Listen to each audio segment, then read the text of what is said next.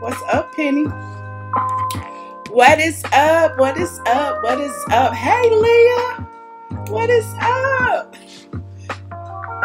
Look, I wanted to play, look, this music gonna put me to sleep. I wanted to play some R&B music in honor of R. Kelly. Since we counseling R. Kelly, I need to find some more R. Kelly-like music to listen. I gotta find some R. Kelly-like music to listen to from now on, y'all. What's up, Miss Diva? Yes, squad is in the building. Ooh, child. Did y'all watch it? Did y'all watch all 6 parts of this damn R. Kelly, Surviving R. Kelly? Have y'all seen it? If you haven't, it's on straight from the 8. Well, the first 4 parts are on straight from the 8. But I don't even know, like, how to feel right now. I don't know how to feel. Socialite said, "You R. Kelly." You know, I didn't rethought my stance on that. Y'all know how I felt like, but back in when was I? When did I do that video? Back in November. I was like, I don't know if I'm gonna be able to give up R. Kelly. I don't know, but it's an easy decision now after seeing all this. You said you watched 2.5. Ooh, child, you need to watch them last 2, because them last 2 just brung it on home. I was a little iffy on the first 2. We can go ahead and start talking about it. Y'all know the Surviving R. Kelly has just been the talk of social media. It was trending on, what was the first day? Friday? Friday was the second day. Thursday. It was trending on Thursday. You know, everybody was in their feelings. The young people who didn't live through it, you know, I'm in my 40s, so I was there. But the young people who didn't live through it were surprised to hear about all the things the Pied Piper had done. Him naming himself the Pied Piper, him, you know, interjecting his life throughout songs, the relationship with Aaliyah, the marriage with Aaliyah. I mean, we can go on and on and on. And how Sparkle was one of his artists and introduced her niece to him and blase, blase, blase. But when I watched those first 2 episodes, you know, a lot of what I thought was they leaving out a whole lot of pertinent information. But then you start to realize after you watched it why they were leaving it out, i.e. Sparkle's niece was really her, R.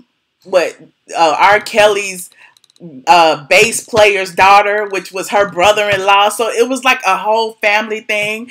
And how, you know, R. Kelly allegedly paid off the family, which is why the criminal charges didn't go through. I mean, it was just a whole lot. It's like 25 years worth of mess. Like, how can we process, how can we process all of this? Somebody said they want to slap the poop out of R. Kelly.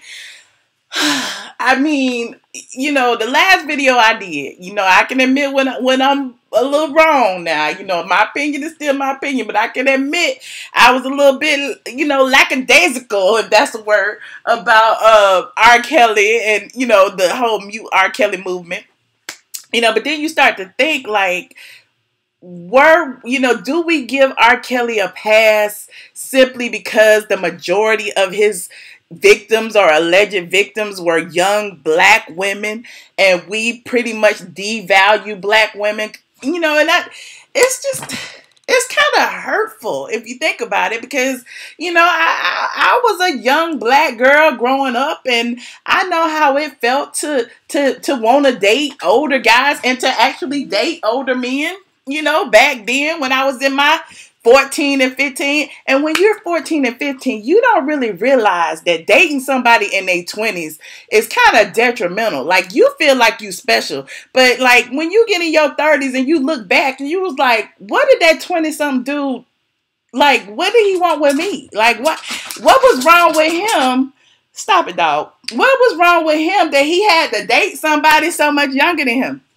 So, people have been like, blaming the victims, saying, it's these fast girls that's throwing themselves on these 20-something men. And I can't agree with that, simply because, at 15, 14, 12, 16 even, we don't have all our facilities. We don't necessarily have life experience to tell us that what we're doing is wrong. Like, so I just kind of feel, some kind of way about that.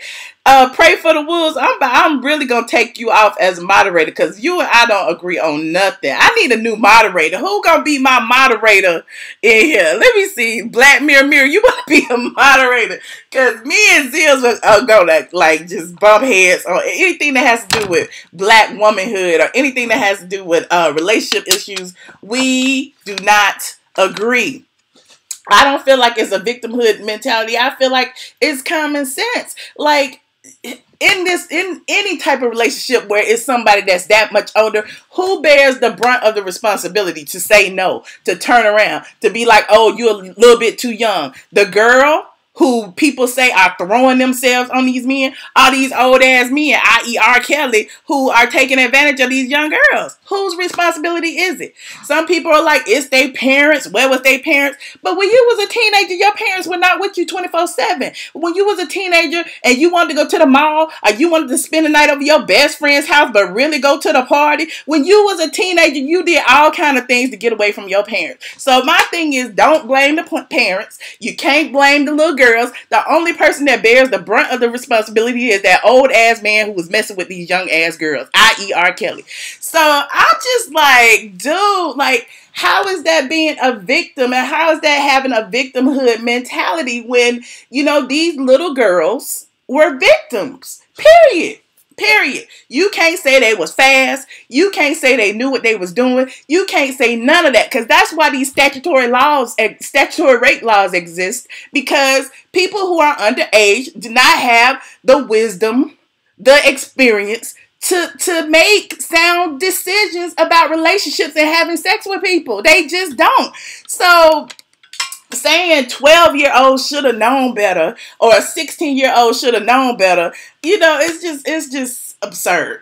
It's just absurd. So for the past 2 days, I've been laying in wait, and I've been lurking, and I've been seeing other videos of people saying, where was the parents? Why was these girls able to run around? Why they do this? Why they do that? And I am so glad, for those of you who didn't see tonight, we're going to talk about tonight too, but I am so glad that tonight they brought it on home and was like, these people really did have parents in their life, and it was the master manipulator, i.e. R. Kelly, who kept their parents away from them, who, isolated them away from their friends and families, who wouldn't let them communicate with the outside world. He's like a pimp. Well, basically, he was a pimp when you think about it, who kept all his hoes isolated and made them do everything that he wanted them to do. So how can you blame these little girls? How? He said, what about the 33-year-old he turned out? Now, again, and she made a valid point too, he did choose. He did start to choose a little older women. He got a little bit smarter after going to court and after almost losing everything. But even with that, you gotta, like, that's where in the problem lies now. Because at this point, what crime is he committing when these girls are of age? Even if they was 15 when they left home, they of age now. He got them all locked in the closet or wherever he got them locked. And it's not funny, but it's like, what crime is he committing now that he has them and allegedly of their own free will? I mean, it's just, until somebody comes out and says he kidnapped me, he kept me, and they have proof or whatever, R. Kelly's going to continue to do what he does. And people are still going to forgive him because, like who was it? Touré, Nelson George, Wendy, all of them said, like, the music R. Kelly has made has been the soundtrack of so many people's lives. Like, too many people are willing to just, ignore everything else he did for the simple fact that he made songs like I believe I can fly, and wrote songs for Michael Jackson and B2K and Mariah and Janet and whoever else. So if we mute R. Kelly, that's the question I got. If we mute R. Kelly, are we gonna mute all the music that he's responsible for, or just the music that he's singing? I mean, can somebody let me know that? I mean, because are there going to be rules to this mute R. Kelly movement? Because I need to know. Because if we're going to cancel him, we need to cancel everything. We need to make sure there are no R. Kelly remnants, floating around. And and he's had his hand in the music industry so long. Like, are we going to, mute Aaliyah, because she was underage when he made her first album? Are we going to mute Sparkle because, she was working with him, during that time, even though, her song may not have anything to do with his proclivities? But are we going to mute all of those people as well? Or what are we going to do? If he drops a song now, people are still going to support him. You know what, NMO? He has actually dropped a song. And I'm like, I don't even want to promote him or whatever, but R. Kelly is the classic narcissist, like his wife said. He dropped a song on his Instagram. It's like, what was it? You made babies to my music or something, like pretty much saying, I'm a part of history. There's nothing you could do about it. And, and it's interesting. Like, I want to go to his thing and see what people are saying right now. It's very sad, Roblo Pro. It's very sad. He said mute them all and lock them all up. But my critical thinking brain is like, what crime has he committed now? Like, we can talk about the porn charges and having sex with underage girls and all of that. But if the witnesses aren't, of age now and the statute of limitations is passed and they don't want to, testify, and he's paid people off and he's cutting checks. I mean, the money gonna run out one day. But, like, where's the crime? How are they gonna, get him at this point? That's why he has, he's so prideful and he feels like he's so untouchable, because it's like, after all these years, what is there for them to do? They already try and fail. Like, unless they barge into his house and find a bunch of child porn or something. But even with that, they had to let him go in Miami because they did it without a warrant. They, technicalities. You said the psychological abuse. Is that a crime? Is psychological abuse a crime? I mean, if that's the case, there's a whole lot of husbands out there and a few wives that need to be locked up today too. So is that something you could go and say, he psychologically abused me, he need to be locked up? Like, what's that law called? Like, I don't know. I need to sue my ex-husband for that. Shoot. Supporting him is supporting his behavior. Now, Denise. See, I was going to be nice for the 2019.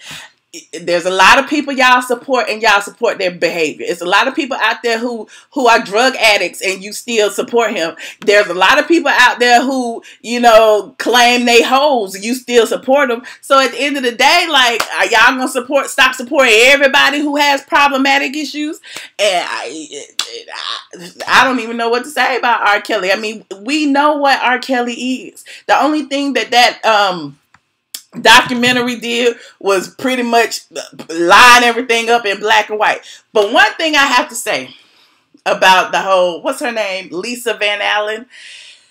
I don't feel like she was being completely honest about that tape. She said she she snatched the tape because she, was looking at it and she saw herself on it and she was having sex with the underage girl along with R. Kelly. She ended up giving it to a friend or one of his artists or whatever to hold for safekeeping. Later on, she goes to R. Kelly and like, we got to get it back. I stole it, and they arranged to pay the dude and all of this.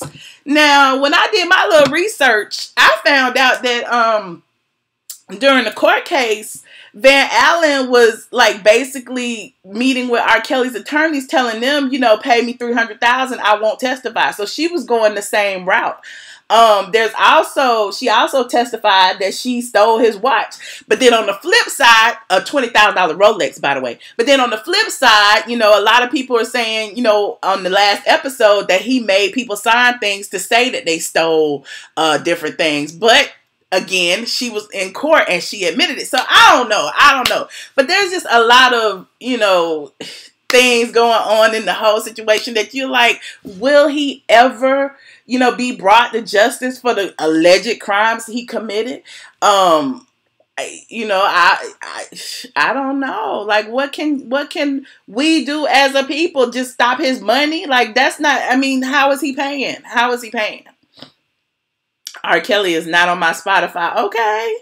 You said fake crime. It doesn't matter if she lied about the tape. There's still a young girl on the tape. You're right, Southern Lady. I agree. But again, she did steal it to extort him. I feel like had she been a little bit more credible, had there not been money involved, because with a lot of the ladies, there's always some money involved. And again, I don't want to blame the victims. I really don't. But even the Geronda Pace lady, she broke her NDA to speak about it. But there was an NDA in place in the first place where she was getting money. And the only reason she broke her NDA was because he stopped paying, because he ain't got no money to pay the people no more.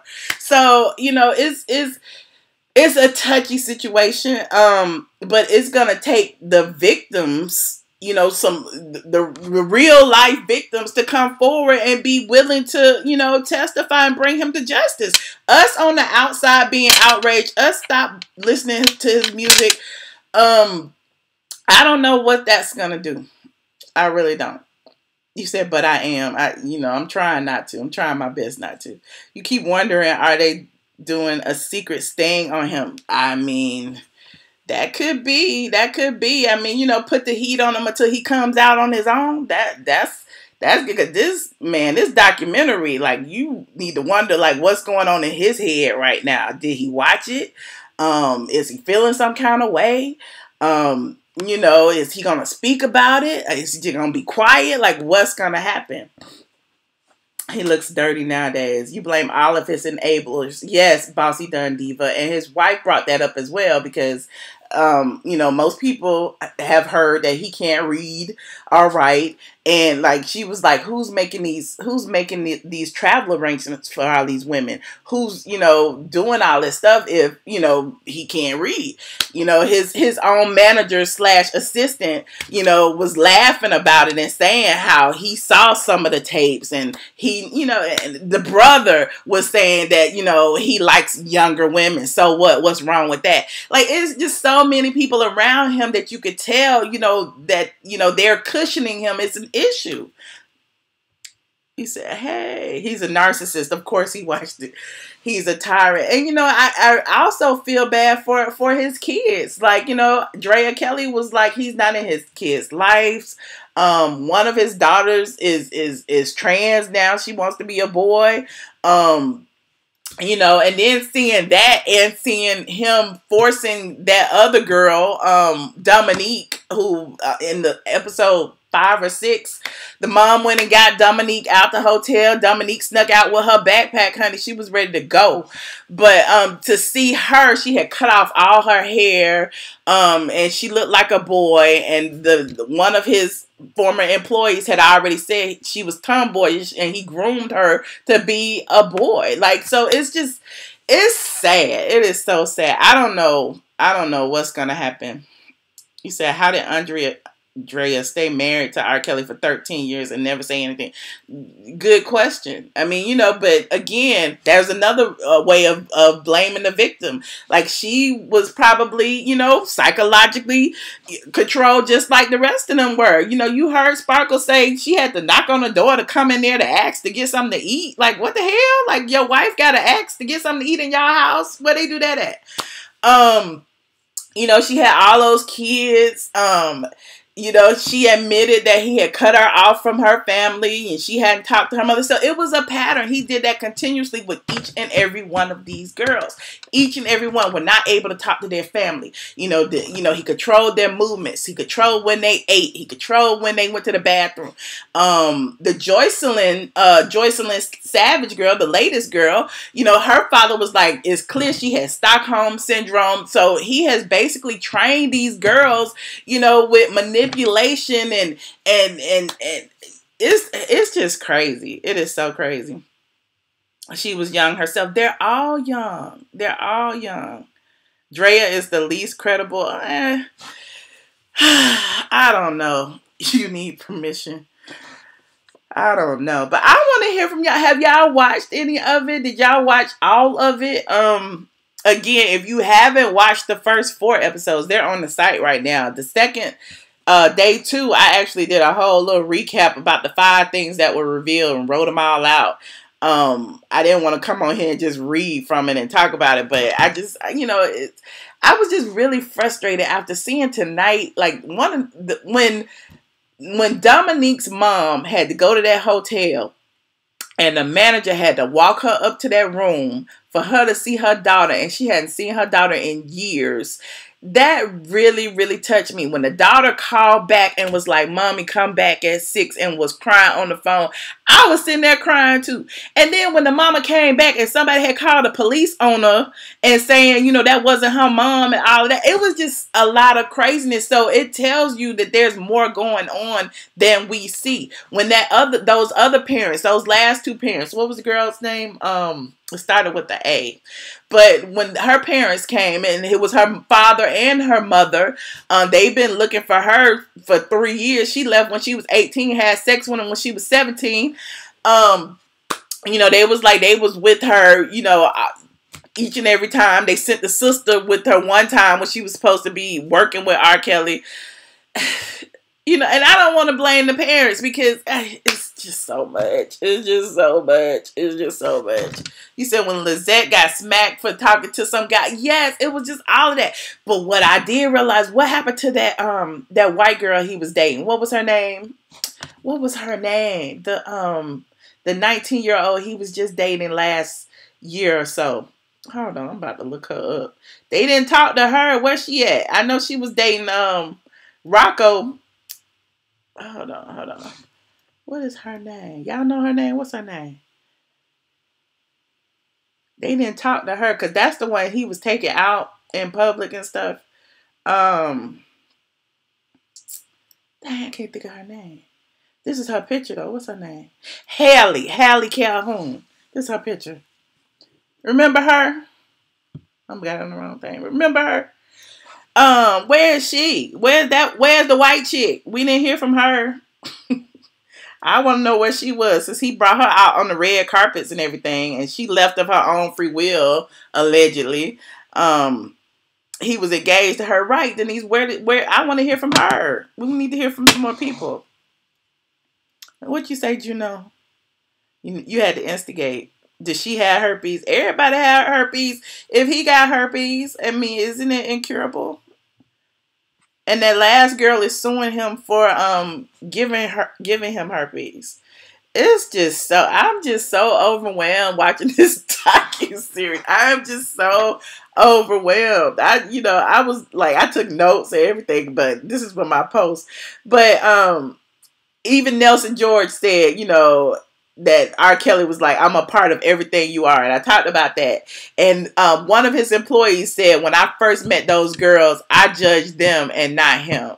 And he pretty much said that, he thought that, why they're so stupid. If I was them, I would never, stay in a room just because he told me to or any of that. And so that's another issue. Like, why are they judging these girls? Are these women, if they're older than, 17, 18, 19? It's just sad. And that last woman who admitted she had been abused by her husband, she pretty much said she was weak-minded. If he doesn't, find younger girls who don't have experience, he finds older women who are weak and needy and low self-esteem and who will do anything. And she was like a super fan, and he had her doing everything, had her locked in the room, moved her into the house in Johns Creek without even telling her. It's just too much. It was just too much. When they toured the house, she was talking about the black room and the stuff that they did there. She was shaking. She couldn't even get it out. She said it was disgusting and demeaning. It was just a lot. You said Hallie may have been paid off. How much money does he have? He is not a billionaire. He can't pay everybody off unless he give everybody a little bit. Like, I'm just like, how can he pay everybody off? I really don't believe that. They need to raid his homes. And the police friends of his need to be locked up for informing him of health checks. Yeah, but like that last that last set of parents when they went to the studio looking for their daughter, like it's nothing the police can do if they don't open the door. If the daughter is over 18, what can they say that will get the police to kick in the door? That they know she in there deceased or something? Like they just asked for a wellness check. Like, what do you say to get the police to like bombard the studio? Like, what can they say if there's nothing legally that, you know, is going on that they know of? You hope the baby girl 14 in that horrible video is okay. The baby girl is now like Diva Jones. I know who the girl is. I know her name and everything, and it's not hard to find. But the girl, I think she's almost 30 now. Like, so I don't know how she's doing, but it's just sad that her parents pretty much backed up, you know, R. Kelly, and, you know, chose not to testify in court. Everybody said that it wasn't her in the video. At least the parents did. And so it was nothing the police could go by. They can't, you know, if they say it's not her, they wouldn't positively identify her, and there wasn't a date on the video to like pinpoint a date. There's nothing they could do. So it's a lot, honey. It's a lot. Andrea says she has no money, and she hasn't been paid child support in years. I don't think R. Kelly has any money. Several years ago when he was in Atlanta, before he lost the Johns Creek house, I recall him staying in some hotel. His tour bus was out there and everything. And I remember some man sent me an email and was telling me that, you know, he had girls going in and out, young girls, and they knew it. And I wish I could find that email, honey. It's like everybody, like what can be done? What can be done? It's so sad to see people watch 6 hours of information exposing him and still try to make excuses. That's true. That's true. But, and that's why I asked the question, like, outside of protests, outside of not listening to his music, I guess, you know, his concerts are being canceled. So clearly, you know, I feel like he's probably struggling financially at this point. What can be done legally? What can be done? Like everybody keeps saying, lock him up and throw away the key, but you cannot just lock somebody up, you know, without a crime. And being that, you know, they can't pinpoint a crime right here, right now. Like, I don't know. Like, I don't know. I don't know. I want to hear from y'all though. Hold on, let me call into this. Sparkles. I don't know the girl name. We don't need to know the girl name. But she was in a rap group. And her dad was R. Kelly's bass player. So, you know, you put all of that together, it's not hard to find at all. You said him and Usher made a song together. Him and Usher was messing with the same girl. That's how Usher got an STD. Well, him and Jay-Z made a whole album together. And it was around the time that whole child molestation allegations came out with the sex tape and all that. And, you know, the album, Jay-Z quickly separated himself from the situation. 718-362-6360. PIN number is 942-7819. Call in. The girls he's going after currently are of age.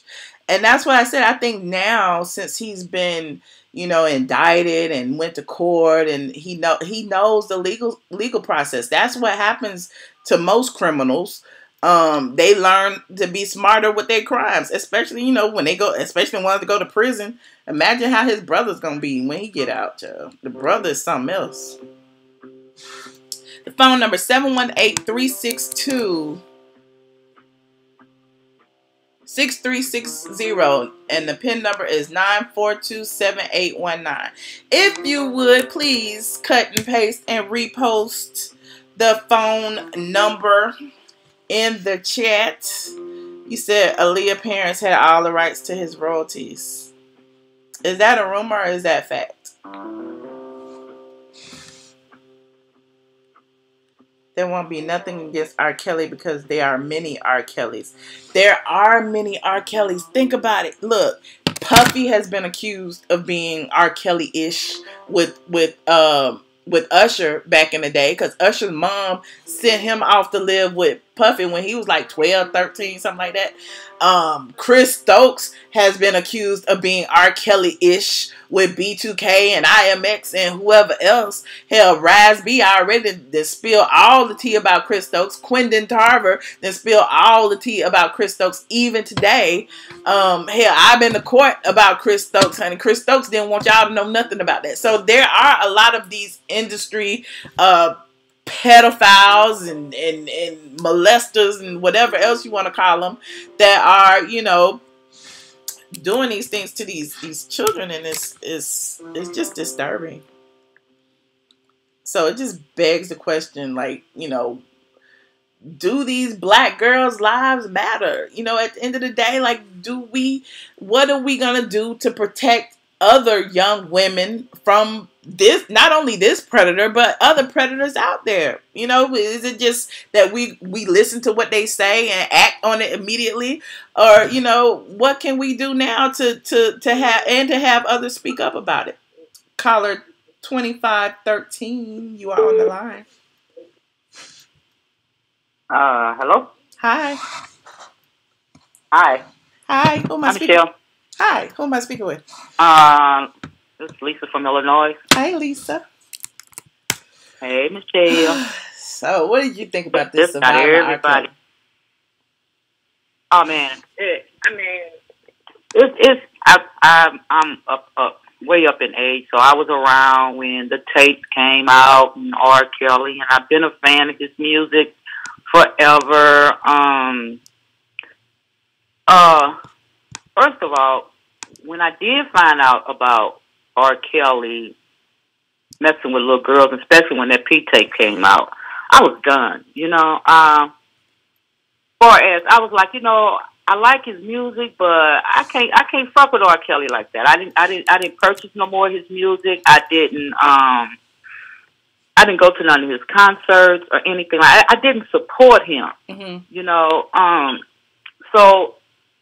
but his music I love. I mean, hey, it's just soul music, and if you like soul music, hey, he got that. You know, that R&B touch. He has that. Yeah. So came out, I was done. So, but I still would hear his music sometimes. You know, and because I am a stepper, so I did step to his music. I mean, but it was other music I found out it was other music to step to also. Mm-hmm. So, you know, he ain't the be all, last of all of, you know, of that. But what he's done, I believe everybody in that documentary. I believe everybody. I do too. I believe everybody has everybody has their own way of telling a story. You know what I'm saying? Mm-hmm. And some things, you know, people don't believe you because of the way you say things or because you cry. Everybody don't cry and you don't feel them. Some people cry and you do feel them. Mm-hmm. So I was like, oh my God. But I think that all teenagers of this generation need to watch this documentary. We can't say, damn, they already messed up. They you know, I mean, I've been out here, I've been in the streets, I've been around, I've seen a lot, okay? Mm-hmm. And it's a lot of women that went through that. It's a lot of women that still going through it. On the floor, right. Being pimped out. I've been back in the day when they was when Superfly was out. That was the black man's anthem. You know what I mean? That's what they thought they were supposed to be. And I'm quite sure R. Kelly probably saw a little of that, especially in Chicago. You know what I'm saying? Pimping, man, come on now. You know, so all his sexual abuse, it's a lot. Like you said, all of that. You know, hey. So what do you think about his some of the things that his brothers was saying? Like, you know, they were like, you know, yeah, he's controlling with his women. We all are. That's how we are. And, you know, then you know, Bruce, who's in jail, was like, you know, so what? He likes young women. So what? You know, it was just it was very interesting to see all of that, and, you know, to know that, you know, it's almost like he was encouraging it. Like it's nothing. Because that's what they were taught. That's what they grew up around. That's what they know. They didn't know no better. Okay. You know what I'm saying? Pimp hoes, pimps up, hoes down. I mean, That's what they knew. But, you know, we're in 2019 now, and we got this, you know, far as women being sexualized like that, because prostitution's been around since the beginning of time. And he really wasn't prostituting nobody. You know, they was his sex slave because they wasn't out, you know, buying nothing. I mean, he wasn't selling the women. He was just using for sex objects and his old fantasies and shit, you know, and stuff like that. But still was really hurting the young girl. And I think that, you know, you want to be a superstar and all of that, it ain't cracked up what it wanted, what it's all up to be. And they need to teach these young girls, hey, it ain't about these running up behind these stars, these rappers. Now look at that, look at them today. Now that's R. Kelly era, but look at this era now, the way they out twerking and half naked. And so what happened with them girls? I don't know. Mm-hmm. So with R. Kelly though, he crossed the line when he started messing with them 14, 15-year-old girls. I mean, if that's the case, now, he crossed the line. To me, that's where he crossed the line. When he was 20-something. He'd been crossing the line for 25 years. Because Aaliyah was only 15, 14 when they got married. That. So, yeah, he'd been crossing the line for 20-something years. But that's the point. Like, but that's when hip-hop kind of first came in. Them young black artists was, you know, doing their thing. They were so happy to... You know, I think our culture is kind of jacked up because they were just so happy that, you know, that they was able to be on TV, make a hit, you know, be popular and all of that. And but, I mean, I don't want to, you can't blame hip-hop for R. Kelly being a pedophile. I mean, I'm not blaming hip-hop. I'm not blaming hip-hop. I'm just saying the black culture was so happy to see, you know, hip-hop was popping in, you know. I mean, you had disco before that, and then hip-hop took over, and hip-hop, who was they people? It was young black men, and you know. Okay. Well, I appreciate your call. Let me take this other call real quick to see what they talking about, but I appreciate your input from somebody who lived through it like I did. Yeah. It's something to see, and I hope everybody, I hope these young mothers, that they young teenage daughters watch that documentary. Yeah, definitely. Just give them some information. But you have a good night. Thank you. Have a good night. Caller 1605, you are on the line. Oh. Hi, can you turn your computer down? Hello. Yes. Okay, I'm going to the next call. Turn your computer down. Caller 2779. You're on the line. Oh, okay. Oh, hi, Michelle. Okay. Hey. Who am I speaking with? Okay. Hey. Okay, I want to say I'm kind of a little nervous. I had called a couple months ago. And y'all, I was so passionate, but I had no idea this document come out. Okay, first thing, I just want to hope I don't miss the things I want to say. Okay. The first thing I want to touch on is, okay, imagine, okay, I'm going to start with whatever the girl name, the girl that went to court, followed him in court, and, you know, a couple of years or whatever, she ended up with him, right? Uh-huh. I'm gonna start with her. Okay. Now, can you imagine? I'm just trying to imagine, picture myself being on stage. Hold on. Okay, I'm sorry. Huh? I'm sorry. A call came through. Go ahead. Okay, so I'm thinking it like this. Imagine you just got off beat this trial or just got acquitted or whatever from this trial. Then this girl, for one, you see her at court. So she tell him that she's 19. Then you thinking if she coming to court every day, she has to be of age because she up in this courtroom. Mm-hmm. Okay, that's one. You talking about Jerronda Pace. Yes. Mm-hmm. And then I'm looking at it like this. Okay, he get her she lied about her age, and she admit this. She also was on MTV. I don't know if anybody remember that. When the trial, she was all up on MTV talking about, they asked her how old she was. And I think she said she was 18 or 19, shaking her head like, he didn't do it. He got to quit so y'all can leave him alone. She was all on MTV. What? So, yes, this is on back on MTV. They showed this. Okay. And she was like, so I'm thinking like this man, this girl came, he probably think, okay, she's of age or whatever, because she was saying how in the court when he was going to trial, her and her friend, she asked for an autograph, and they had a bank statement or something, a receipt, something like a bank, and he signed his autograph for her or whatever, and she still have this. She did this other interview where she was talking about it. So I'm thinking like this. I just got off this trial. You telling me that you 19.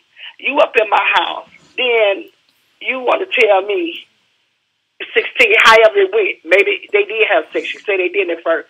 But I'm like, he pretty sure he like, fuck. I'm back in this situation again. What do he supposed to do? So he probably send the ass home. But she didn't tell him. Okay, but I'm saying, just picture me saying, you just went through all this bull crap, and this girl lied to you about her age. Okay, and if he didn't find out until she was at his house, allegedly, from her story, then if he found out and she told him, I'm 16, why not send her packing? Why continue the relationship or whatever? Because, like I said, she already set the trap. Then here comes the story, like, okay, he's continuing this. That's how I figure. Okay, that's why I'm thinking about it like that. If I just be the case, and then this come, I'm back in this situation again. I'm pretty sure that man was scared. So her little young 16-year-old ass that trapped him. Yeah, it's like she blackmailed him. The girl was after him such a. Okay, that's one. Okay, I didn't look at it tonight. I'm so pissed off because my son records some other men, so I got to wait till 12 o'clock, 1 o'clock to catch the Tonight Show. Oh, okay. Okay, this other girl, the McGee girl. Have you heard? You heard about her, right? McGee. Which one? The one that the dark skin. All I know her name was McGee. The last girl who met Joycelyn. I didn't see that. Not Jocelyn, the girl, the dark skinned one. That she coming out with a book. And I know her last name McGee, something like that. The dark skinned one with had the short bob. I didn't see it tonight, but I know she's supposed to be on tonight. And her last name McGee. Well, the background is, and it was all on the internet, that she's something else. That she was just his runner. Her daughter was on YouTube. And this happened about 6-7 months ago. She did an interview with which I didn't know it was the ex-boyfriend. He was talking to her and recorded it, and it's on YouTube. And the girl was saying that how her mother was lying, and that she was able to come home, and she was coming home with money, and it was 3 of them, and she had to watch her the kids while she fly back and forth with R. Kelly.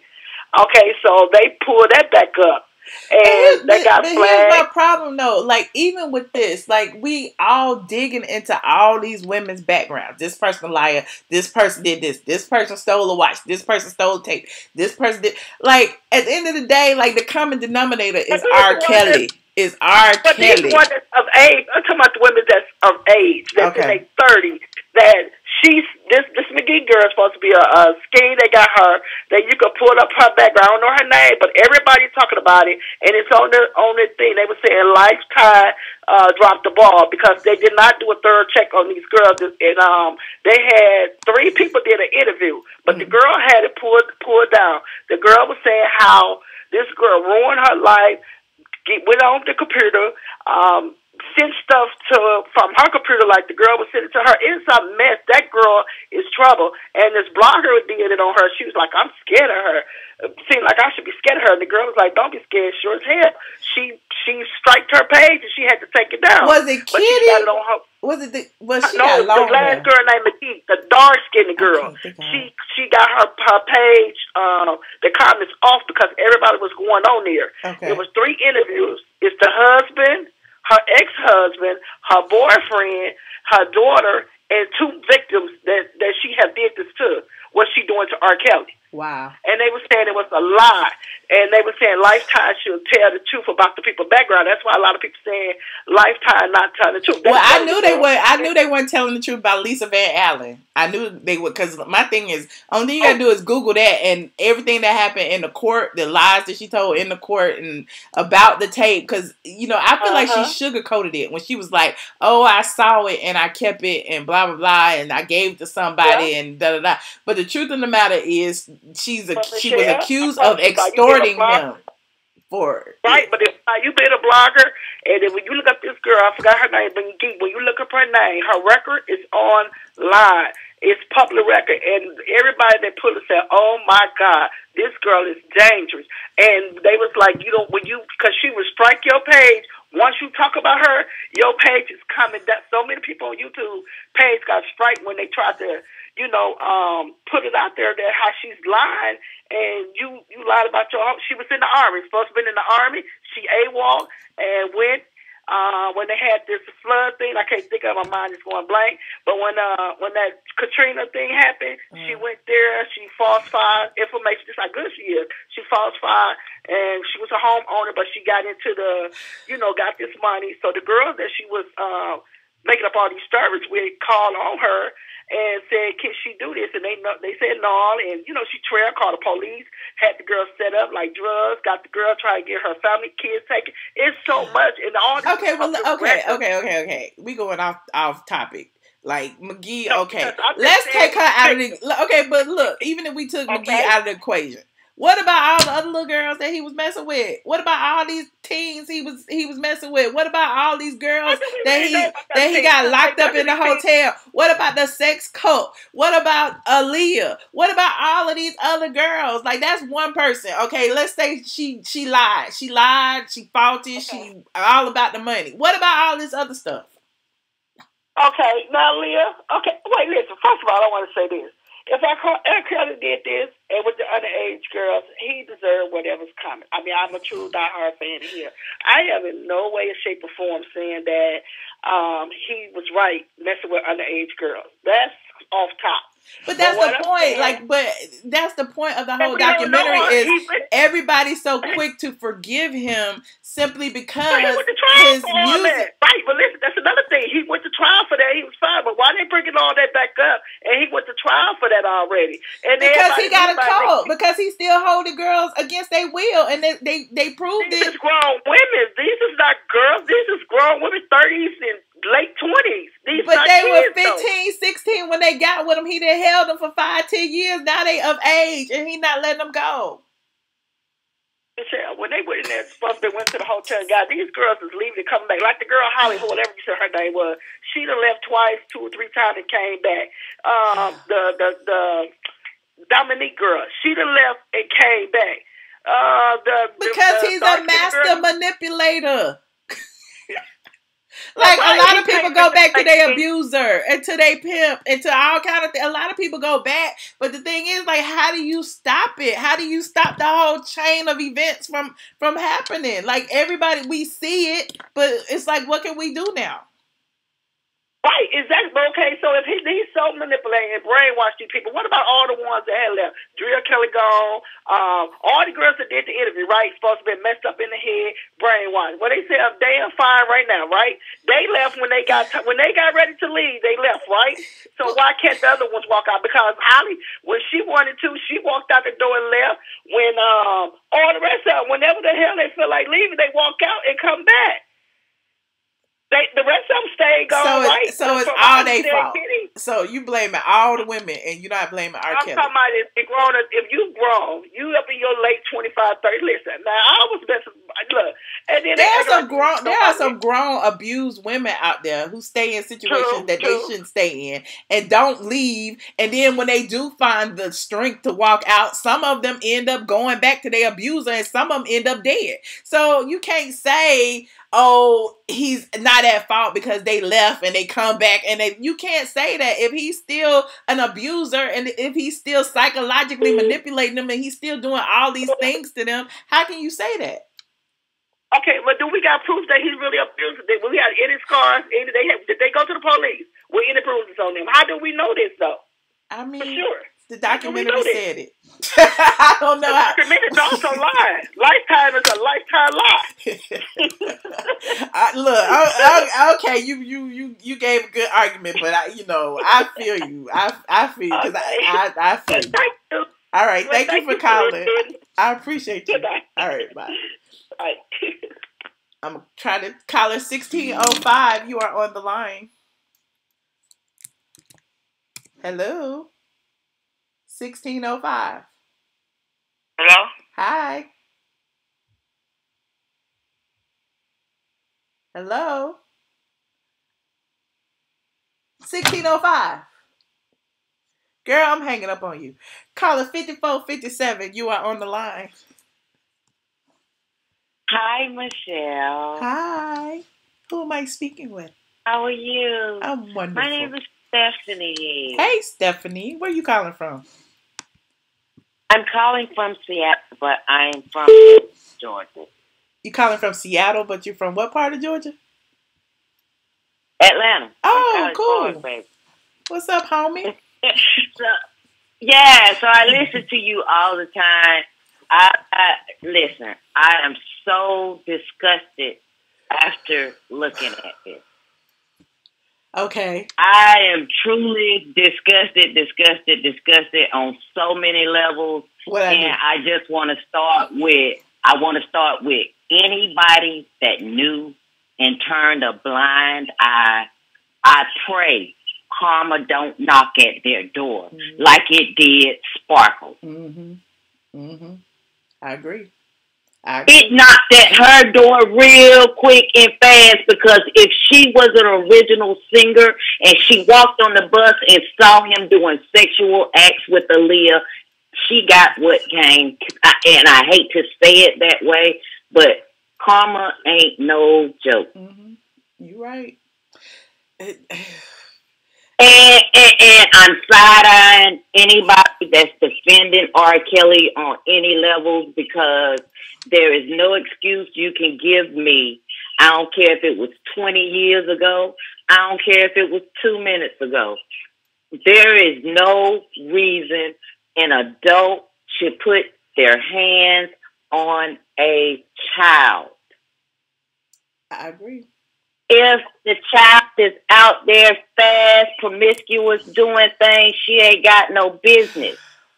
When you are an adult, you be an adult in that situation and you send that child home. You don't touch them. I don't care what the situation is. I'm just disgusted. I'm disgusted at anybody that's taken up for this sick predator that he is, this demon that, oh my gosh, I'm looking at this show and it's like, I'm hurt. We have failed our black girls badly. I want to say 2 things and then I'm going to get off and let the next caller go on. Okay. Bill Cosby is in jail because he raped a white woman. Harvey Weinstein is probably going to go to jail because he raped a white woman. R. Kelly will not do 1 day in jail for the crimes he's done simply because he's done it to little black girls. And once that conversation is had, anybody that's taken up for him, they need to sit down and realize they are simply covering up all these sexual acts and crimes that's going on to these little black girls because he ain't the only demon out here doing this shit. You're right. And I think it's going to take, our fans and everybody to take a close, hard look at the situation to be like, to see it for what it is. And it is hard. Just like people were saying, like he wrote some of the soundtracks of our lives. You know what I'm saying? But I wouldn't give a damn. I wouldn't give a damn what he wrote. Fuck R. Kelly. Fuck R. Kelly and that mama that went and got her daughter. I fucks with her. Anybody in the industry, like I said, that turned a blind eye to this, they basically co-signed what he was doing. Yep. Because when the mama went and got her daughter, that brought it all home for me. You know what I'm saying? Because everything else is like, oh, hearsay. But when you saw that girl run out with her backpack, I'm sorry. I cried like a baby. I cried like a baby when I saw that. That touched me to my heart because I'm like, how many other mothers are there out here that can't see their children because some asshole like R. Kelly is holding a child away from them, whether they are of age or not of age. This bastard is holding children against their family and their mothers, and that is just wrong on all levels, and I'm sorry to be cursing on your show. I tried to keep it PG, but fuck R. Kelly. All right, hashtag fuck R. Kelly. We got it. We got it. We got it. No, I got it. It's just a lot to process. You know what I mean? It's a whole lot to process. Oh, it is. And you know, really, from beginning to end, it makes you look at yourself. You know, like I had to do some reflecting, like when that tape came out and everybody was kikiing about it, and pretty much it gave R. Kelly some street cred and all that, and we left that girl out to dry. You know what I'm saying? Like the whole world was in on that. Michelle, wait a minute. And okay, I'm gonna hurry up and get off because I know other people got other stuff to say. 1995, R. Kelly came to Albany, Georgia. I was done with R. Kelly then. And I want to say this was prior to ATLien in 1995. R. Kelly did a concert in the Albany Auditorium. I don't know what it is. At that time, I was staying in Columbus, Georgia. I drove to Albany to go and see R. Kelly. R. Kelly did 3 songs, exited the stage, left the arena. I did not get a refund. I did not get my money back. I was done with R. Kelly then. Wow. Okay. Fast forward to when that tape came out. I can't remember the year, but the guy I was dating went to the discount mall and bought that damn tape. I never forget it. And he came in with the VCR tape because it was a VCR tape. I remember this clear as day. And I cussed him out and I said, this is fucking child pornography and I will not partake in this. But my curiosity got the best of me and I sat down and watched it. And when I saw R. Kelly pissing on that girl, my stomach turned upside down. And I'm talking about then. I automatically stopped listening to R. Kelly. Then that tape did a lot for me. I was already pissed with him that he took my goddamn money in 1995 and didn't give me but 3 songs and I ain't get no refund. But to look at that tape and watch him piss all over that girl like she was a toilet did something to my soul. And think about it though, like even after that, like Dave Chappelle making jokes about it.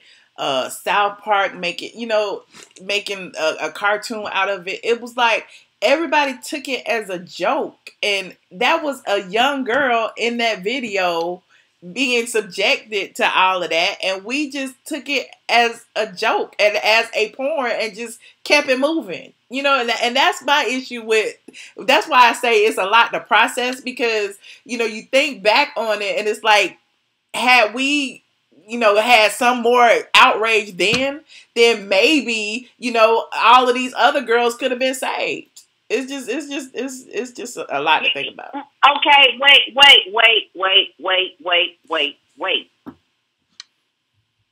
Being that R. Kelly is the star that he is, even if he's a washed up star, R. Kelly has that power to influence a young person that's impressionable. Being that he is who he is. And that is what the jacked up part is about it. R. Kelly right now can offer some of these girls a lifestyle they've never had simply because their parents are getting food stamps. And he prey on that. You're right. And see, that's what people are not looking at. The layers as you start to talk about it, Pandora's box is open. The layers start to unfold, and you can just go there. You can go there. You can go there, and the shit don't stop. You're right. You're right. So, I mean, so what's next, though? The documentary, and then I don't know. You know, I don't know. I don't know, because it's like now, you know, you protest him. You got to protest everybody that's out there making music. R. Kelly has made music with these people, and it's, you know, they knew. I think in order for it to make an impact, it's got to affect more than R. Kelly. You know what I mean? In order for R. Kelly, it got to affect everybody. It got to affect everybody. But then when you look at it, then you have no music content.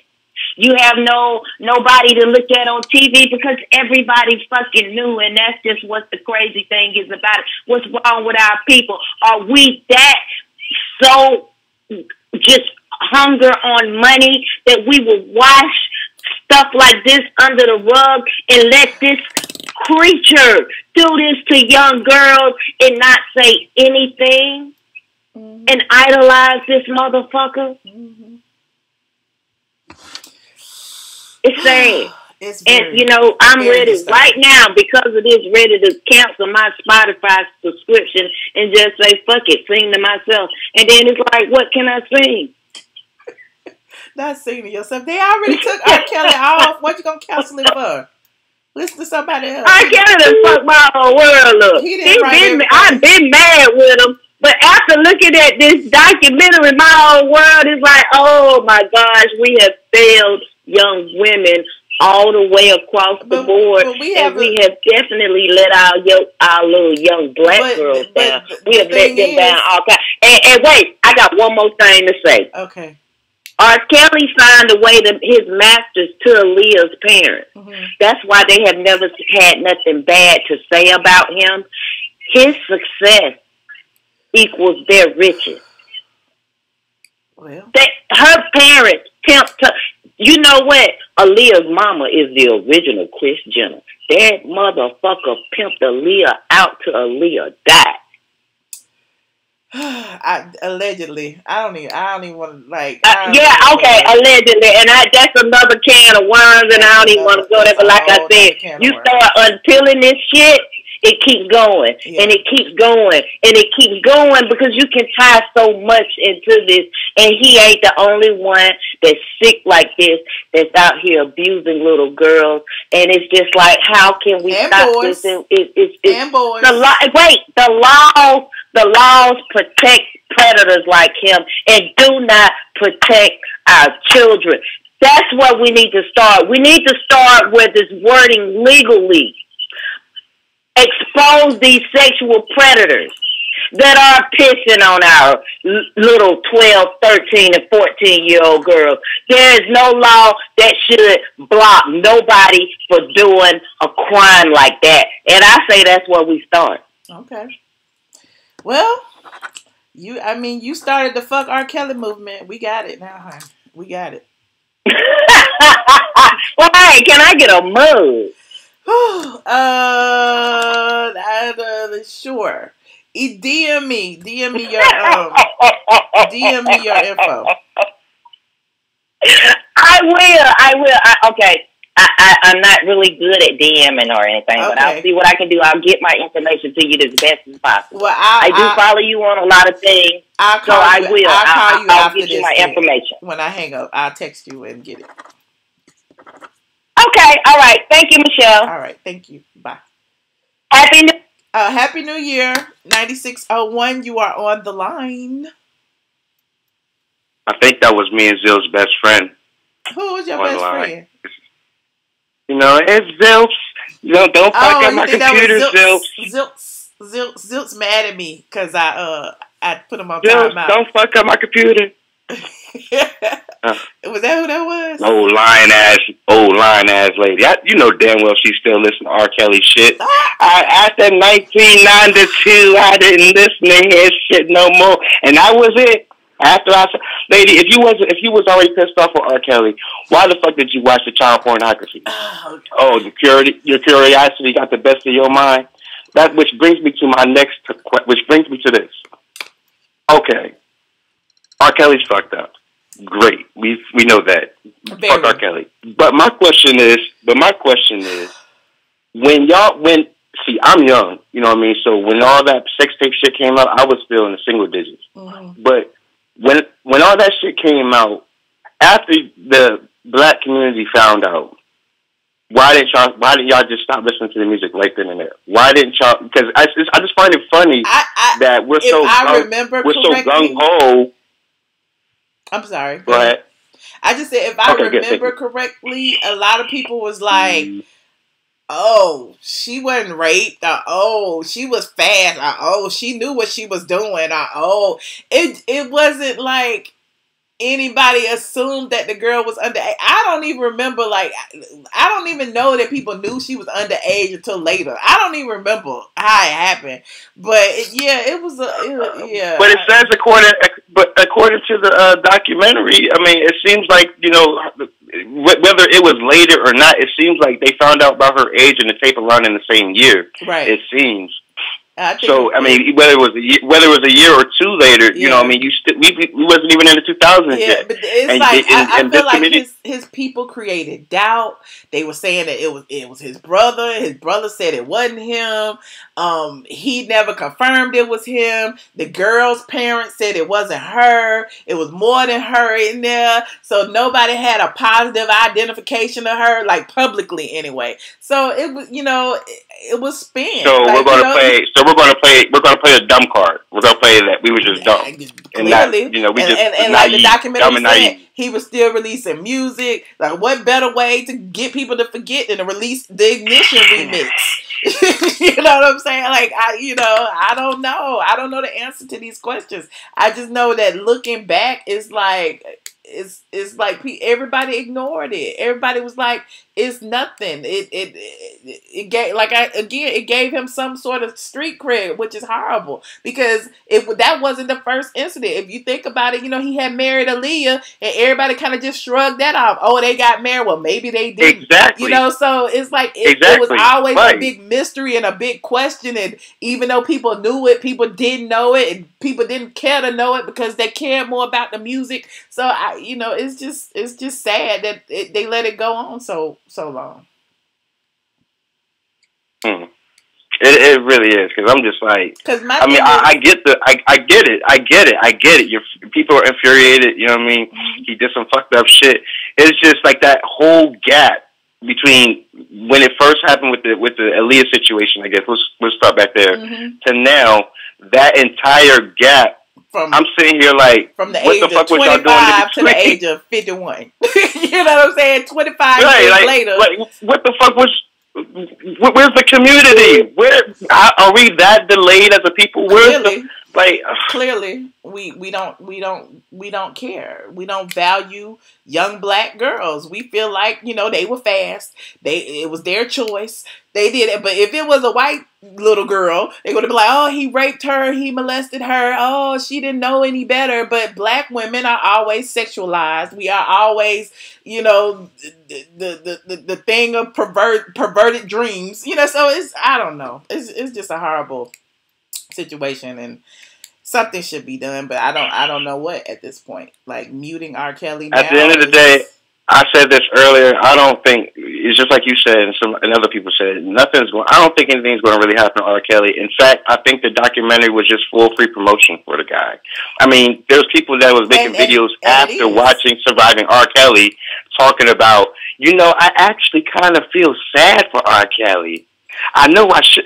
So even still, that goes to show, even still through the documentary, there's still people that are going to ride this dude coattails. But hell, his sex video probably just went up in ratings within the last 2 days. All of his music the sales have been going up for his music over the past couple of days because of this. You know, I don't know. It's an interest.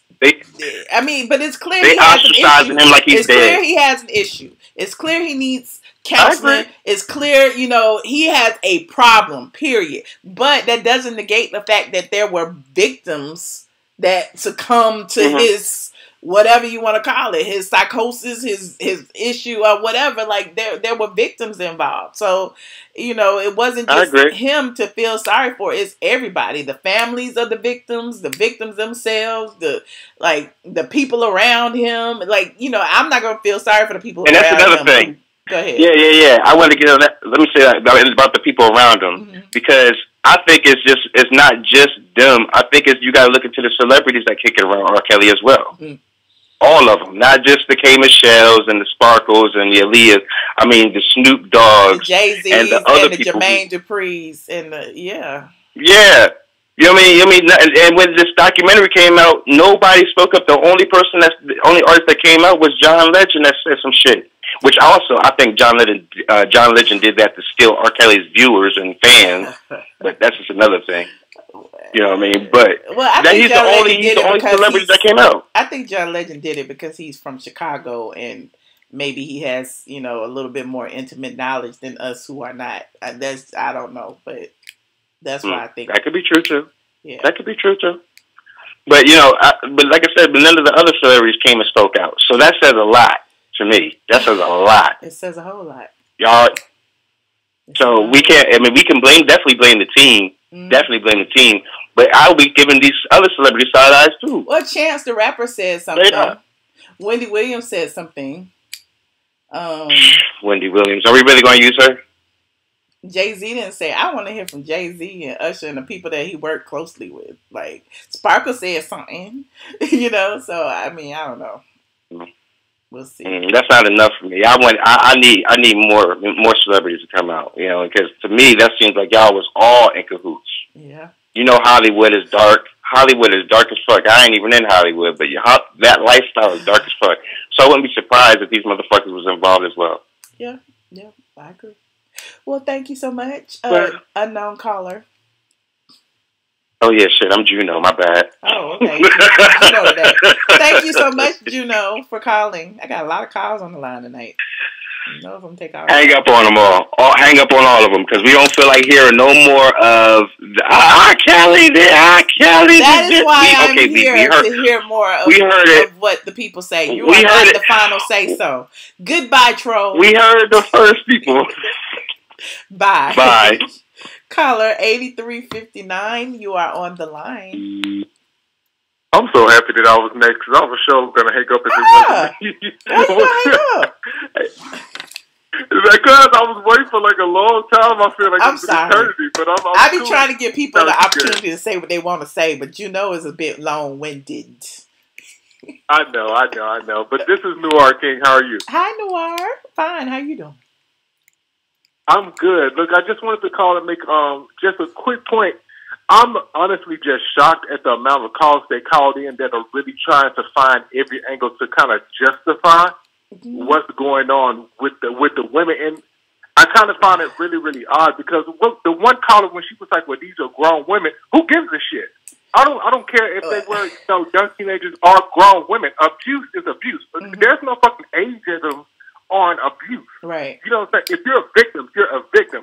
And to me, I find it really odd that the amount of support that he usually gets that shows up to the concerts and stuff, even after all the tapes and everything like that, are women. It shocks me because I'm like, okay, y'all keep saying you want this support, you want this protection, you want this, you want that, but you are the main ones supporting this man and putting money in his pocket. It baffles me as to the amount of support. And I didn't watch the whole tape and the whole piece situation and all that stuff because I don't want to put that shit in my mind. But it only takes me one time for one person to show me who they are before I just stop fucking with them. Because that's just who I am. You don't have to just play me most of the time and get my money and get success off of me being ignorant. I'm not playing that game. When you show me once, I think that overall, the general public is mostly stupid.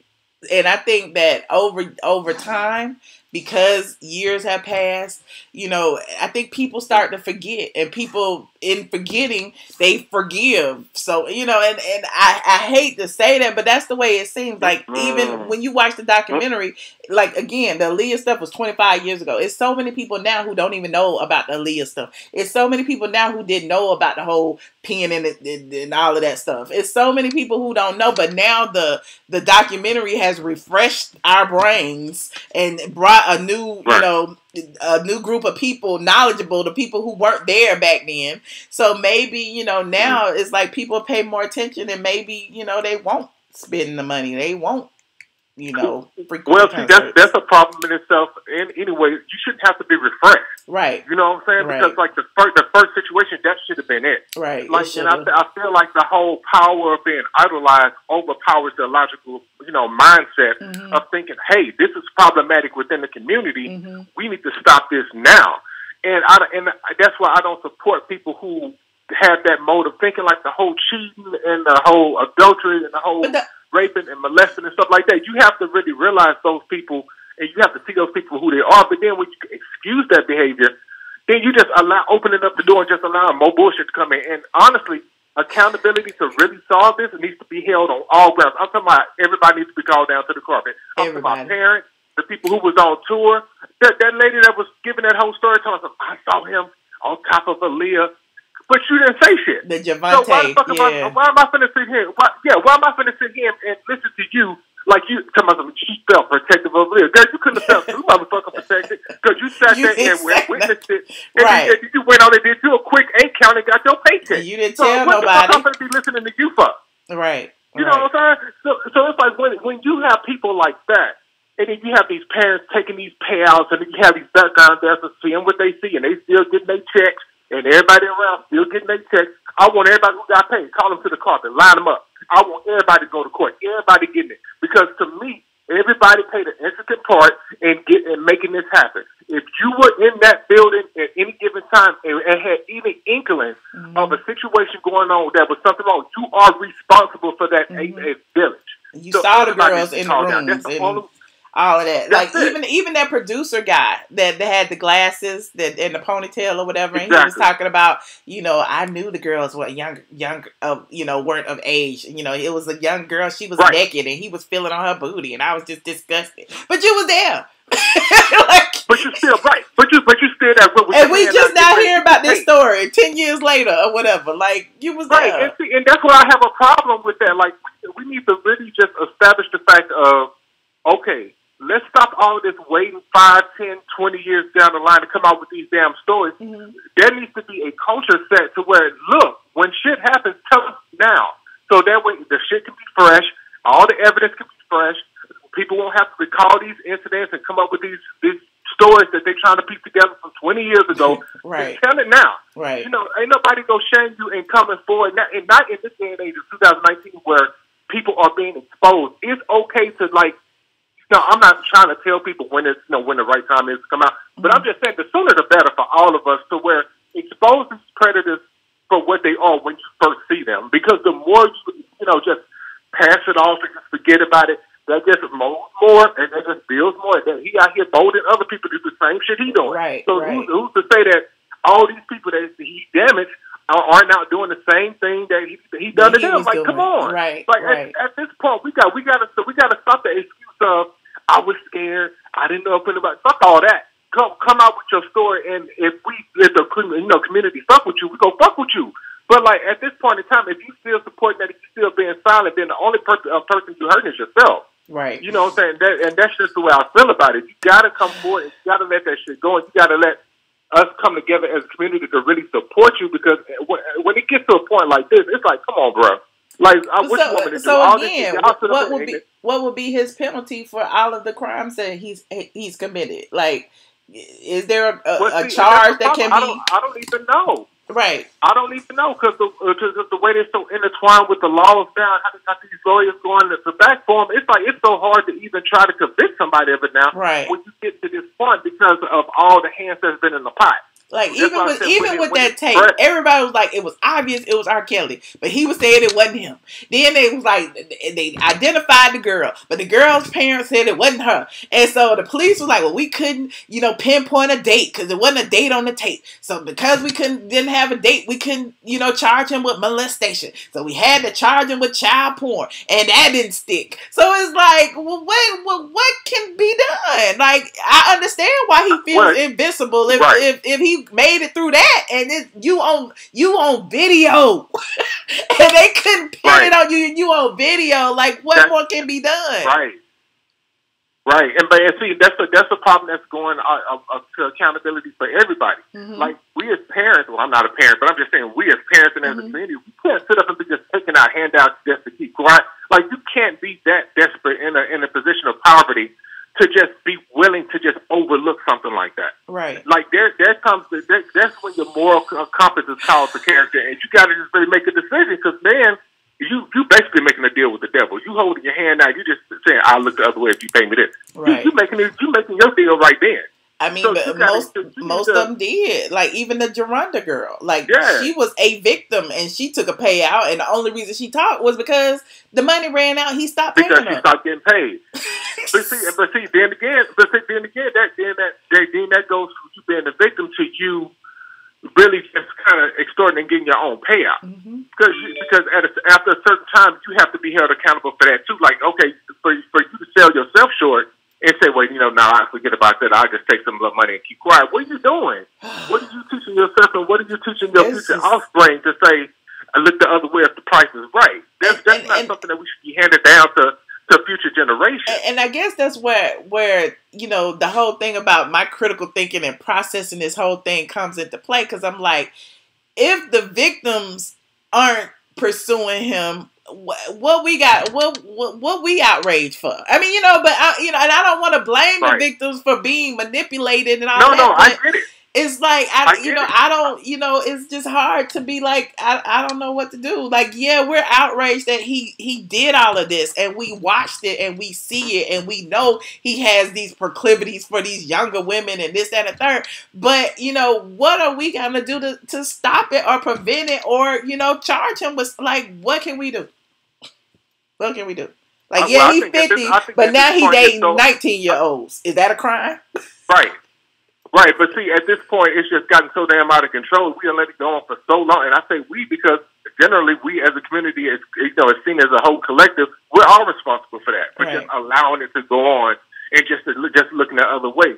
So it's like at this point, it's just going on so much that we just got to sit back and kind of see how the chips may fall. Because it's like, what can we do?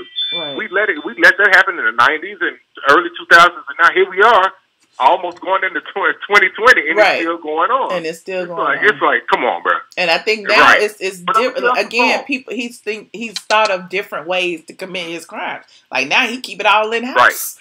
Right. He got it all under lock and key. Can't nobody go anywhere. I got control over everything. He got Bill Cosby beat. Yeah, so he got Bill Cosby beat. He's on Hugh Hefner status, and we ain't heard Hugh Hefner's dirt yet. So clearly, I think Hugh was doing the same thing R. Kelly was doing with them white girls, and they was young and all kind of stuff, and we ain't heard his dirt. So I don't know. I don't know. It's just crazy. I just want somebody to pay attention and do something. I don't know. I just wanted to stop. Right. Like the whole thing about keeping them against their will, I guess that's the issue. And when I saw that last segment, because everybody was always like, where's the parents? Why, why they staying? And when that girl came out with her backpack after she had been crying to her mama on the phone, it was just so heart-wrenching that it was like, yeah. It's an issue. Because if it's one girl in there crying, trying to get out, it's several more. Right, exactly. But I've had up enough of your time. Thank you so much, Michelle, for even having me on. And, thank you, Noah King, for calling. I appreciate you. No problem. All right, bye. Have a good one. Caller 8564, you are on the line. I'm trying to take all these calls. Hi, Michelle. Hi, who am I speaking with? Monique. Jonice? Monique. Hey, Monique. Now I know your voice. Hey, honey. Hey, yeah, that's me. Nice to hear from you again. Okay. I know you got a lot to say. Yes, ma'am.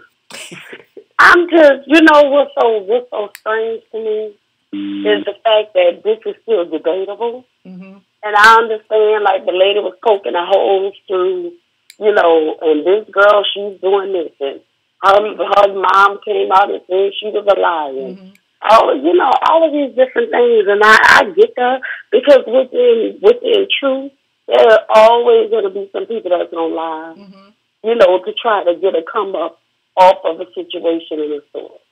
But we cannot deny that R. Kelly was having sex with a girl on tape, and he was, you know, he physically peed on her. Mm-hmm. We cannot deny that he married Aaliyah at 15 years old. There was a marriage license, right? So none of that is deniable. So I'm baffled at the fact that we still have people, and it hurts my heart that it's a lot of women that's debating this. And it brings me back to what goes on in our homes every day. We have young girls that mothers are raising, and they are going to their parents saying, he touched me, and they are not being believed because the bills still need to be paid. Mm. Or that woman has a need that she does not want to give up her man because having her man means more than believing her child. This is something that has gone on with us for decades on top of decades on top of decades. And it's almost like, you know, you remember the movie, Woman Doll Loose, the T.D. Jakes movie? Mm-hmm. And when the little girl went to her mama and told her mama told her, well, we all have dresses to wear and crosses to bear. Mm-hmm. And that was because she was molested as a child. And probably her mother was molested as a child. So it's kind of a generational. It's actually a generational thing. And because it's been done to people, and even though some of the people that's even arguing on his behalf, some of them have been molested. But because it's been done to them, and because nobody fought for them, it's almost like, well, this is just how it is. Mm. Like, this is what men do. They're allowed to get away with it. And as a community, we have kept silent for so long. And this is in the forefront. And we still have kept silent about him in this situation. Mm-hmm. And that's the part that baffles me. You know, it really baffles me. But you don't think it has anything to do with the music itself? Which is kind of what the documentary was saying. Like, every single time something happened, he used his talents, i.e. his musical ability, to kind of like throw people off. You know, let me go to the church and sing I Believe I Can Fly. Let me go, you know, write this hit for Whitney Houston. Let me go do, you know, he did all of these things and then, you know, brought the people back onto his side when the people were outraged. So, you know, that's what celebrityism kind of does, the whole spin thing. Let me, you know, lay low for a few years. The general public forgets, or, you know, it kind of glosses over, and then I could come back and do something else. And that seems to be, you know, the thing he's been doing, like even with his trial, when he was like, they was like, he didn't have a speedy trial. It took 6 years because they wanted the victim to be, you know, old enough or appear older on the stand. You know what I'm saying? So it's like he has a pattern of kind of doing things to kind of like, you know, put up smoke and mirrors to where the general public just forgets. Well, didn't he not start calling himself Pied Piper? I'm sorry? What was the Pied Piper? Did he not start calling himself Pied Piper? Yeah, he did. And what was that? Somebody that used music as manipulation to lure kids. Right. In this case, which is like what you're saying with his music, he didn't just manipulate to lure kids, he actually lured all the grown folks. Yeah. Because the music was so good, because you cannot deny that musically he is a genius. Right.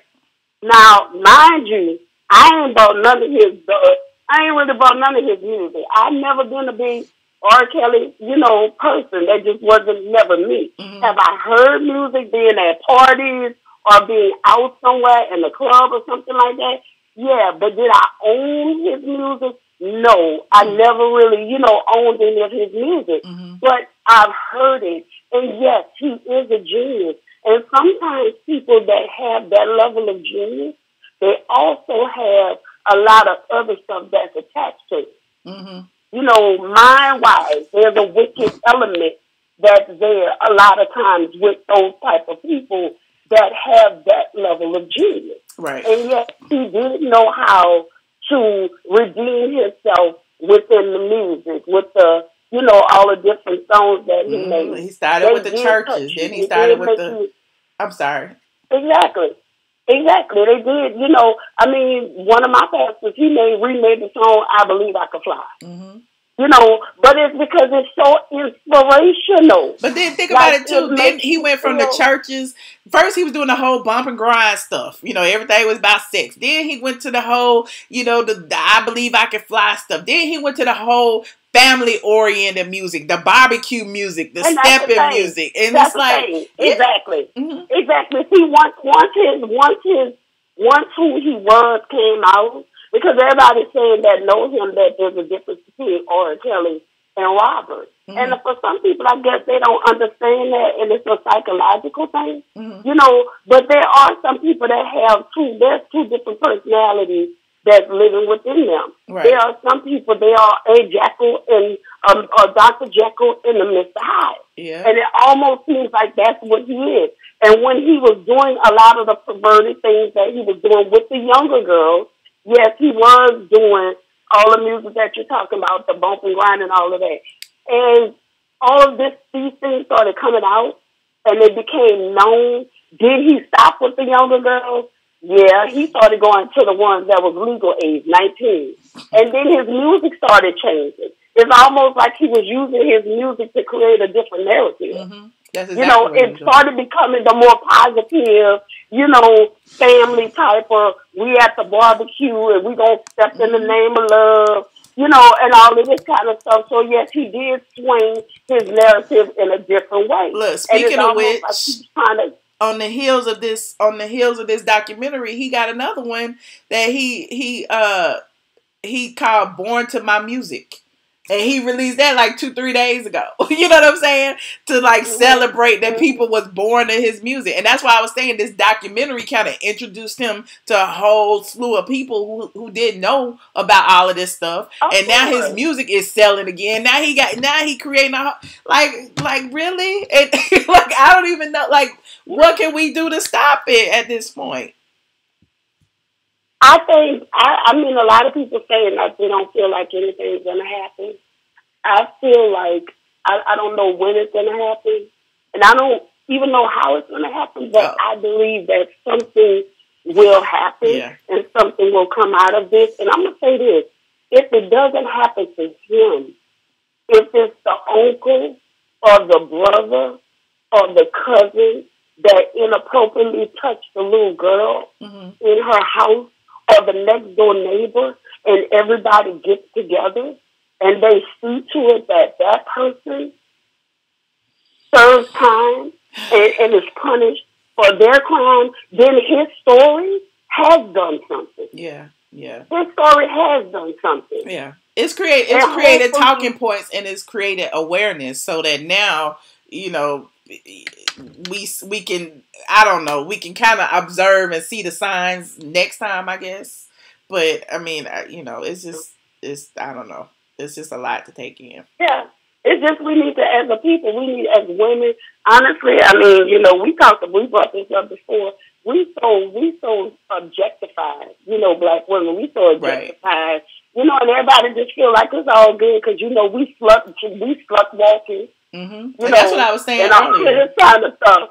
Yeah. It's like we slut walking and we just doing everything because we feel like, okay, I can do what I want to do and this and that. And it's like, none of that says that a person should touch you and that you're asking, if somebody touches you, that you ask for it. Right. But you Or also that a 15-year-old seduced him.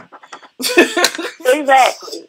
That really just breaks my nerves when people be like, "Oh, exactly. she wanted it." Them Exactly. 15 and 16-year-old girls, they were seducing. Girl. Yeah, I saw somebody in the comments saying something about and they grown and they wearing hair in their head and middle school and this and that, and I get it, but that's not them children's fault either. That's their mama's fault. Because when we was coming up, let me go try to put a head full of weave in my hand, look like a grown person. My mama would have snatched the hell out of me. I mean, you have 3-year-olds and 4-year-olds, they having plaques in their head, and their mamas want to make their hair so thick they adding extra hair for the play. Like, what, really? Yeah. Like, can we not allow children to be children? Right. Like, we have to put all of this extra hair in their head and give them all these big-ass ponytails that's bigger than their head. You know, and it's like, we are making our children, and again, not to say that it's all right for men to touch them, but we are objectifying our own daughters. Wow. You know, women that have daughters that are not letting children be children and you know, just allowing them to be grown, look grown, speak grown. You know, it's like, what are we doing? Like, what are we doing? But again, it goes back to if we have been touched, a lot of us, you know, have been touched. And like, this is what we've gone through. It's almost like you kind of feel like, is something really wrong with it? Or is this just the way life is supposed to be? And I think or is this the way society wants to view us?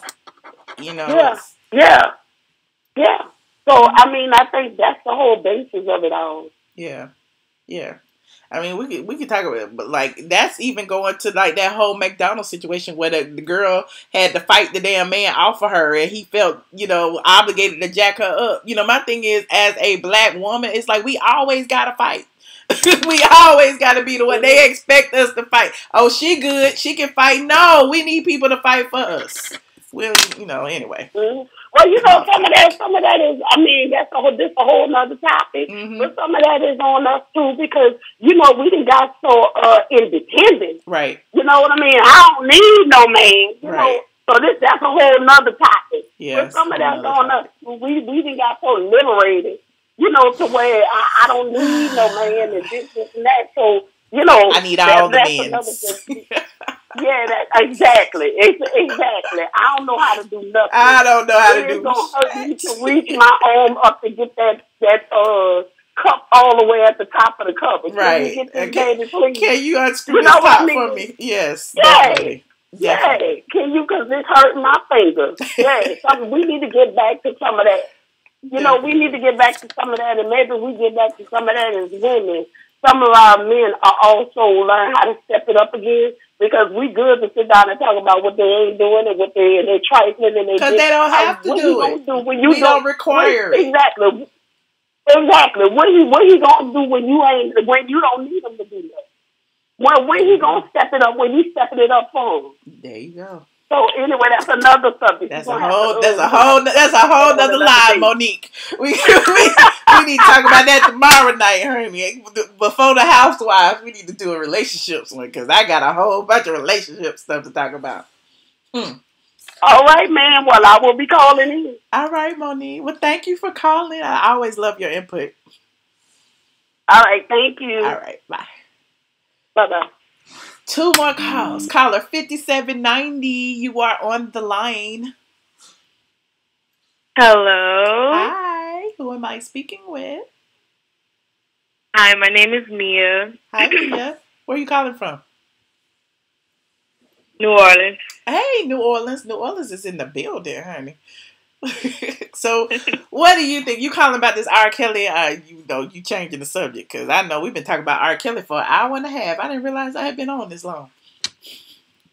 I know it's been tiring, but I really want to say things about the R. Kelly thing. Okay. And overall about the docuseries. Yes. I feel like overall the docuseries was a little disappointing to me, because I kind of expected more out of it. Like, I expected more in-depth things to be said. to actually make an impact on the viewers that are watching. I mean, sure, the docuseries will have a little impact, but 10 days or so from now, everybody will probably forget it. But I feel like if people went more in depth about their situations that happen within a house, or, you know, like little traumatic experiences. Right, because they did kind of smooth over that Johns Creek situation when she went into the house. And my thing is, why we didn't get to see her room? Like, the key was in the door. Why we didn't see her room? Exactly. I wanted her to talk more about the black room, her room. Like, what really happened? Yeah, right. That was interesting. Yeah. You know what I found interesting? Also, I want to know if you noticed this. Whoever was producing this documentary, they used a bunch of the same clips over and over, like the same sound bites. So people, to me, was repeating things over and over, like they were trying to pound it in. Like the Javante chick, like, you know, they kept using her same clip saying, I can't remember what it was, over and over. The Lisa chick, they kept using a clip of her saying something over and over the course of the whole 6 episodes. It's like you reusing stuff. Why, you know, it's like they had to spread it out. So, I mean, I get it. It made an impact, but it was a lot of repetitious stuff going on. Yeah, I even expected more women to be on the show besides like the little 7 amount that they had. Mm-hmm. Because, I mean, if you really want to make this impact and try so hard to expose R. Kelly for his wrongdoing, there will be more women coming up trying to expose. That's true. But, I mean, a lot of people don't, you know, didn't want to be, you know, like they had some girls, like the Tia chick, she wasn't on there, but they had her name in it. You know, they had some people that probably just didn't want to participate. You know what I mean? But, I really like the last episode when the parents was involved. I just feel like they just brought it on home because the first 4 is like we've already heard all this. Most of us have lived, you know, through it.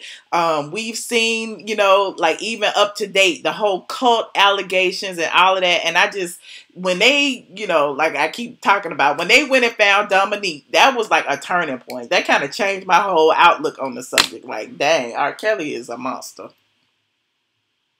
Yeah, and I really wanted them to discuss more about Dominique's issue, about how they said that he made her cut her hair off, and, you know, use her as a boy toy. And I kind of figured if he was trying to say that he was bisexual or gay or whatever. Yes. Yeah. Because somebody did say he was bisexual, but they never like went into detail. And my thing is, we've never seen any guys and like ever come forward and say anything. So I mean, I don't know. It's I don't know. And you know, it's not too far fetched. I'm not saying that he didn't. I'm just saying in general, like we haven't. I don't think it's the end of the story, but you know, there is this book that was anonymously published by whoever, but I feel like it's written by Geronda, yeah. Yeah. And I felt like it kind of touched base on him possibly being bisexual. Oh, okay. Because it stated that he did have sex with a man and they were doing anal and stuff like that. So I feel like there's a lot of stuff that hasn't really been spoken upon. I also feel like Geronda pursued R. Kelly in a way. Yeah. Because she was there during all of his court cases, daily outside, speaking to him, encouraging him, and things like that. But I think it just kind of took a little turn to the left when there were certain things that she didn't want to do. Right. Yeah, I mean, it's all unfortunate. And then, like, they didn't really touch on the whole molestation situation as far as, like, with his family. You know, like, where's his sister now? Like, what's going on with that? Like, you know, the brothers didn't say really much about that. But I just, you know, again, there's more to the story. Maybe we'll find out more. Maybe he'll speak on it soon, because that'll be a bestseller if he came out with his own documentary about his own life. Who knows? But, yeah. Also, Kitty, I feel like Katie should have known better in a sense because she was a DJ, and most DJs, you know, their main thing is to get information and talk about, you know, certain things that's going on within the industry. And I felt like when she felt disrespected by her friend for asking if she watched the tape, I feel like she kind of knew what was really going on and still, in the end, got with R. Kelly. I think she knew what was going on from the beginning. As far as Kitty is concerned, she had reached out to me. It's a blog post on my site. Like, she really wanted to tell her story and she wanted money and whatever.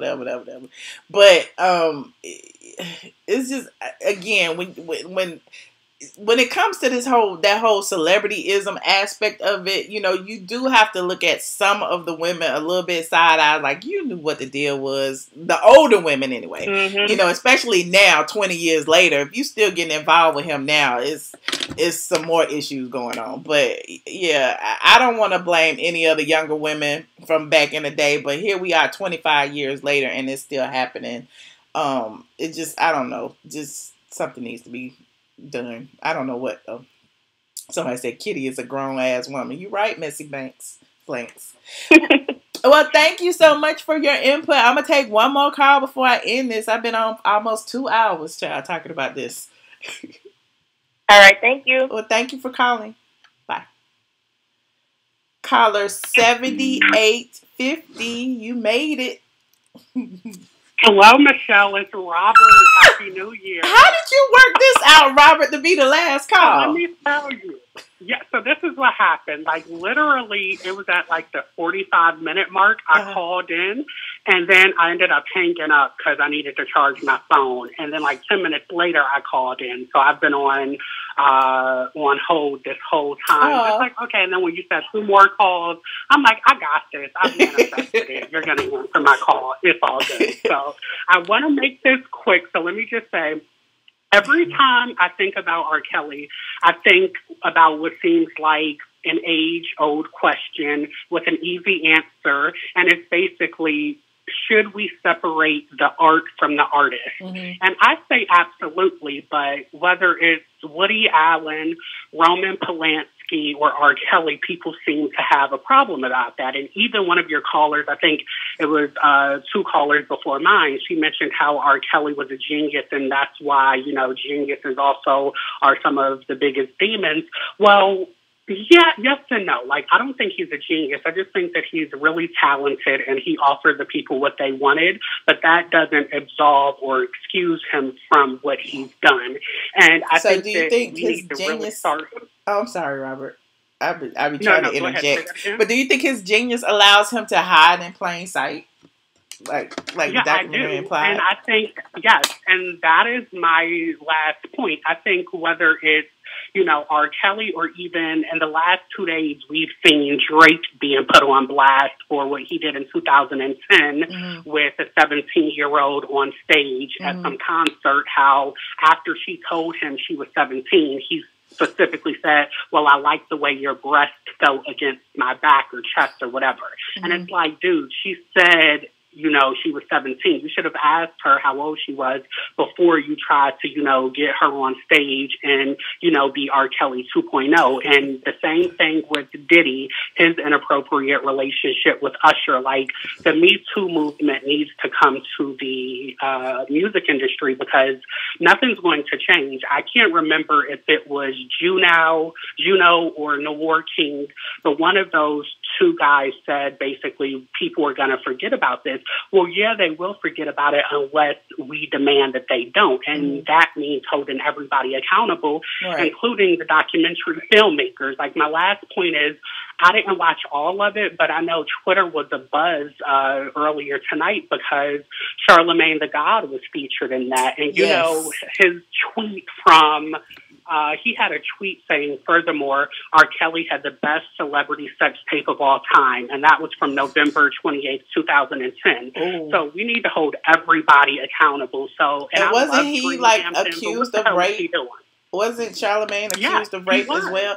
And so when I first saw him pop up on the screen, I'm like, uh-oh, this is going to be a meme. You know what I mean? Like, you know, I'm sure they're going to dredge this up, like Charlemagne and his rape allegations, and you sitting here talking about somebody else's rape allegations. It was you know, like, it was an interesting choice that they put Charlemagne on there, but okay. But anyway, go ahead. But not only that, but even like Joe Budden and Ebro, like, I understand having some celebrity appeal because, you know, this wasn't about getting justice. This was about, you know, amplifying and entertaining the people. And when you have things as serious as, you know, sexual assault, you need to take the entertainment value out of that. So from an entertainment standpoint, I understand why having Joe Budden and Ebro and Charlemagne the God. But if we care about Black women like we say we do, then these are the three of the most problematic Black men currently famous today. And so you can't have it both ways. We're going to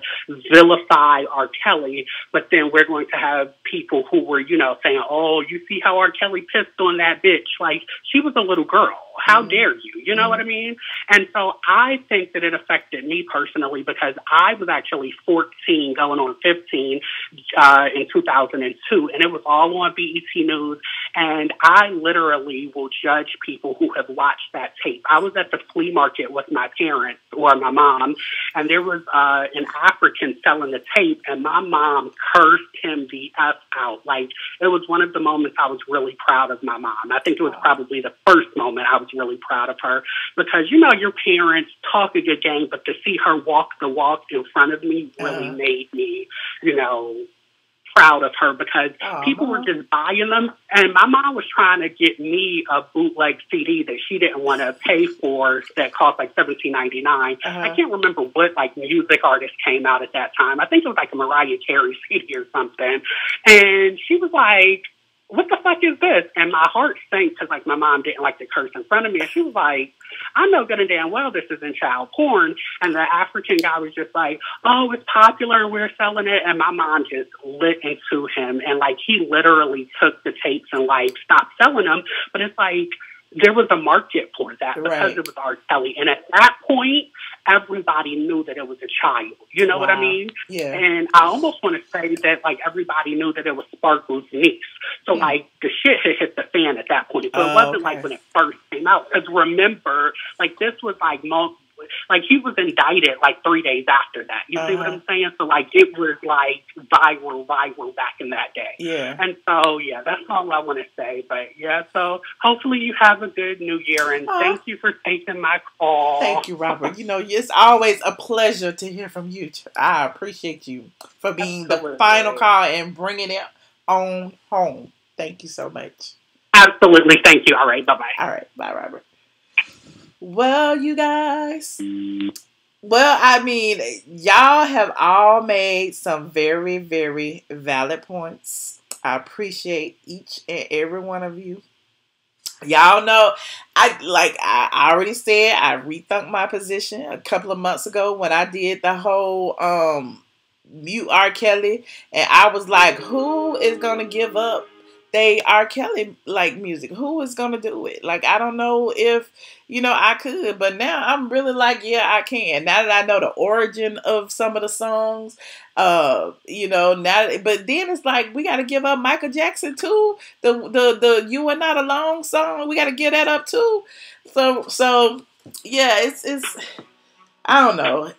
Yeah, I gotta do some self-reflection because the whole situation with the girl and the sex tape and, you know, how we just kind of like just shrugged it off and we was laughing at the Dave Chappelle skits. It's just a lot, y'all. We dropped the ball on this whole R. Kelly thing. I think we should have did a lot more. We should have did a lot more. Well, anyway, you guys, tomorrow is another day for us. We always have another chance to do it right. So maybe now, you know, now that we know all the details, we can, oh, what happened to my thing? we can finally, you know, decide to put a stop to R. Kelly and the things that he has been doing. Said, ain't no we. So, Zills, you still listen to Step in the Name of Love? Is that what you gonna do? You still gonna be listening to Backyard Party, Zills?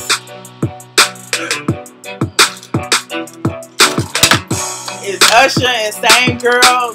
We gotta kick that. We gotta throw that out too.